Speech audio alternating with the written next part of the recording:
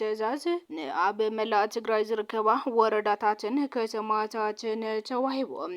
ኣብ መዕርፎ ነፈርቲ መቐለ ክትዓርፍ ዝነበረት ነፋሪት ተመሊሳ ኣይተ ጌታቸው ረዳ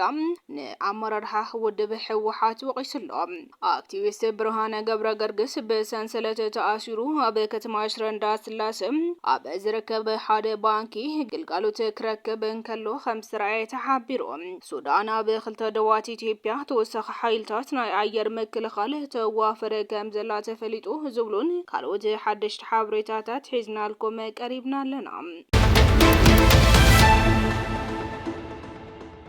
በቀዳምነት ቀጢነ ትዕዛዝ ንመላእ ትግራይ ዝርከባ ወረዳታትን ከተማታትን ትግራይ ተዋሂቦሎም። ኣብ መላእ ትግራይ ዝርከባ ወረዳታትን ከተማታትን ማህተመን ክቅይራ ተኣዚዘን ኣለዋ። ናይ ጉጅለ ሕወሓት ቤት ምክሪ ዘመሓላለፎ ውሳነ ስዒቡ ኣብ ኩለን ወረዳታትን ከተማታትን ትግራይ ዝርከቡ ናይ መንግስቲ ኣብያተ ጽሕፈት ዝጥቀምሉ ዝነበሩ ማህተም ክቅይሩ ተኣዚዙ ኣሎ። ኩሎም ኣብያተ ጽሕፈት ጊዜያዊ መምሕዳር ትግራይ ዝብል ዝነበረ ማህተም ደው ብምባል ብሓድሽ ማህተም ክትኩ መምርሒ ተመሓላሊፉ ኣሎ። እቲ ሓድሽ ማህተም ብሄራዊ ክልላዊ መንግስቲ ትግራይ ዝብል ስያመ ዝሓዘ እንትኸውን እዚ ናይ ማህተም ምቅያር መስርሕ ካብ ዕለት 30 ሚያዝያ 2018 ዓ.ም ጀሚሩ ኣብ ኩለን ወረዳታትን ከተማታትን ተግባራዊ ክኸውን ተወሲኑ ኣሎ። ካብ ሚያዝያ 30 ጀሚሩ ኮነ ይኹን ወግዓዊ ደብዳቤ በቲ ቀደመ ዝነበረ ጊዜያዊ መምሕዳር ዝብል ማህተም ምጥቃም ኩልኩል ምዃኑ ተገሊጹ እዩ። እዚ ስጉምቲ እዚ ነቲ ናይ መምሕዳር ስያመ ካብ ጊዜያዊ ናብቲ ቀዲሞ ዝነበረ ወግዓዊ ስያመ ናይ ምምላስ ኣካል ምዃኑ እውን ተሓቢሩ እዩ። ካልእ ሓበሬታ ኣብ መዕርፎ ነፈርቲ መቐለ ክትዓርፍ ዝነበረት ነፋሪት ተመሊሳ። ኣብ መዕርፎ ነፈርቲ መቐለ ኣላ ኣባ ነጋ ሎሚ ንግሆ ክትዓርፍ ዝነበረት ነፋሪት ብሰንኪ ዘጋጠመ ናይ ቴክኒክ ፀገም ናብ ኣዲስ ኣበባ ከም ዝተመለሰት ተገሊጹ። እቲ ዘጋጠመ ስሕተት ምስ ሳተላይት ጂፒኤስ ብዝተተሓዘ ዝመፀ ናይ ቴክኒክ ፀገም ምዃኑ ካብ መዕርፎ ነፈርቲ ዝረኸብናይ ሓበሬታ የመላኽት። ተመሳሳሊ ናይ ሳተላይት ቴክኒክ ፀገም ኣብ ዝሓለፉ መዓልታት ኣብ መዕርፎ ነፈርቲ ሽረ እውን ኣጋጢሙ ከም ዝነበረ ዝዝከር ኮይኑ ብሰንኪ እዚ ድማ ሓንቲ ነፋሪት ክትዓርፍ ከይከኣለት ናብ ዝተበገሰትሉ ቦታ ክትምለስ ከም ዝተገደደት ተፈሊጡ ኣሎ። ክሳብ ሕዚ ካብ ኢትዮጵያ ኣየር መንገድ ዝተዋሃበ ወግዓዊ መግለፂ የለን። ሚኒስተር ኣማኻሪ ቀዳማይ ሚኒስተር ኢትዮጵያ ጉዳያት ምብራቅ ኣፍሪካ ዝኾነ ኣይተ ጌታቸው ረዳ ንኣባላት ሕወሓት ኣጠንቂቁሎም። ሚኒስተር ኣማኻሪ ቀዳማይ ሚኒስተር ኢትዮጵያ ጉዳያት ምብራቅ ኣፍሪካን ነበር ፕሬዚዳንት ጊዜያዊ መምሕዳር ትግራይ ኣይተ ጌታቸው ረዳ ብዶክተር ደብረጽዮን ገብረሚካኤል ዝምራሕ ውድብ ሕወሓት ነቲ ክልል መሊሱ ናብ ኣዕናዊ ኩናት ይመርሖ ከም ዘሎ ጠንቂቁ። ኣይተ ጌታቸው ኣብ ዘካየዶ ሰፊሕ ትንታነ ሕወሓት ካብ ህዝባዊ ረብሓ ንላዕሊ ፀቢብ ውድባዊ ህላወ ቀዲማ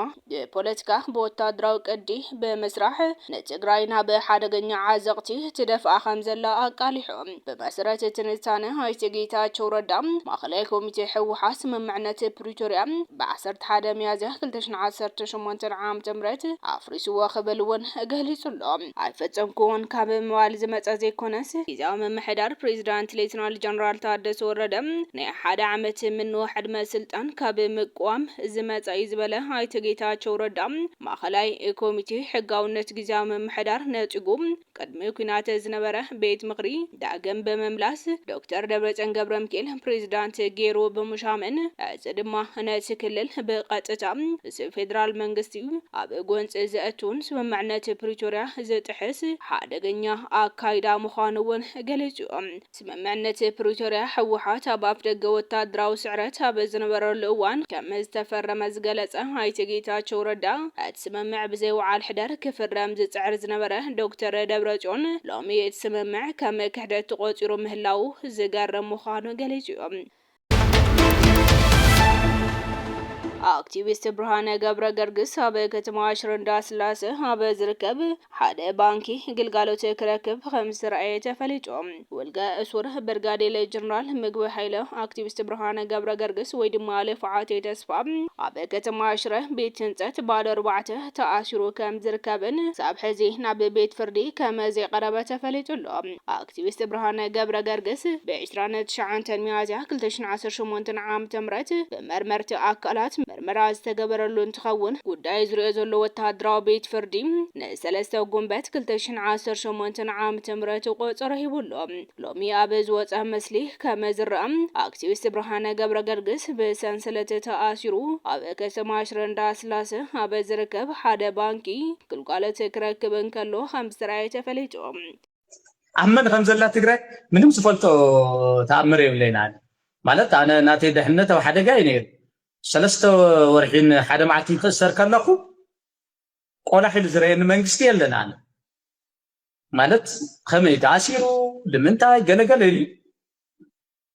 ዝረአየኒ ዝተኸታተል መንግስታዊ ኣካል የለን ስለዚ ትግራይ ኣመን እያ ዘላ መዓልቲ ካብ ትግራይ ናብ ኣዲስ ኣበባ ሰብ ክፈልስ ከሎ ንምንታይ ይፈልስ ኣሎ ኢሉ ምምሕዳራዊ ስጉምቲ ለይወስድ ኣካል ይረኽም ክሳብ ሕጂ ስለዚ ኣብ ኢድመን ከም ዘላ ባዕሉ ሳነስ ግራ ኢላትን ሎ ሶ ኣነ ኣብ ኢድመን ክትከውን ትግራይ እንደሊ ኣብ ኢድ ጊዜያዊ ምሕዳር ትግራይ ንክትከውን ይደሊ ኣብቲ ናይ ኩሉ ዓይነት ናይ ፖለቲካ ራያ ዘለዎ ኣብቲ ናይ ኩሉ ዓይነት ባህሊ ዘለዎ ኣብቲ ናይ ኩሉ ዓይነት ናይ ኢኮኖሚ ስታተስ ዘለዎ ትግራዋይ ክሓቅፍ ልኽእል ብሕታዊ ናይ ህዝቢ ትግራይ ትካል ጊዜያዊ ምሕዳር መንግስቲ ትግራይ ስለዝኾነ ኣብ ኢዱ ንክትከውን ትግራይ ዝደላነ እሱ ከዓ ክገብር ኣለዎ እምነት እዩ ዘለኒ ጊዜያዊ ምሕዳር ትግራይ ኣሎ ትኽእል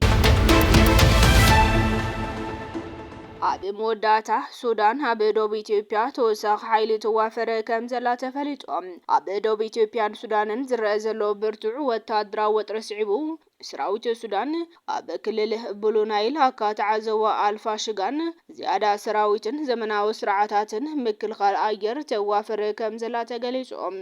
እዚ ወታደራዊ ምትእኻብ ሱዳን ኣብ ቀረባ እዋን ኣብ ልዕሊ ካርቱም ዝተፈጸመ መጥቃዕቲ ሰብ ኣልቦ ነፈርቲ መበገሲኡ ካብ ክልል ኣምሓራ ኢትዮጵያ ብምባል ድሕሪ ሙቃሳ ወታደራዊ መራሕቲ ሱዳን ድማ ናብቲ ከባቢ ብምብጻሕ ጸጥታ ደዋት ዝያዳ ከጠናኽሩ ቃል ድሕሪ ምእታዎም ኢትዮጵያ ነቲ በሰብ ኣልቦ ነፈርቲ መጥቃዕቲ ዝቀረበ ክሲ